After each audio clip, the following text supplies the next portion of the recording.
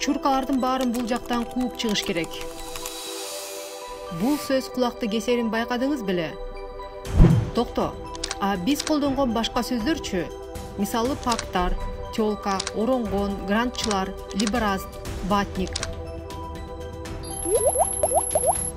Биз колдонгон бул өңдүү көптөгөн сөздөргө маани бербейбиз, бирок булардын баары стереотип жана ал кимдир бирөөнүн көңүлүн оорутушу мүмкүн. Мындай сөздөрдү колдонуу менен биз өзүбүзгө болгон ишенбөөчүлүктү пайда кылып, жана башкаларга болгон текеберчилигибизди көрсөтөбүз, жана чөйрөбүздө жаңылыш пикирди жайылтабыз. Адамдарды улуту, жынысы, дин ишеними, туулган жери, маданий кызыкчылыктары, саясий көз карашына карап бөлүү — бул жек көрүүчүлүк тили.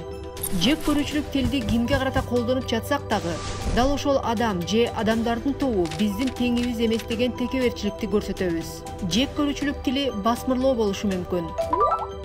Ойлон, ойгон.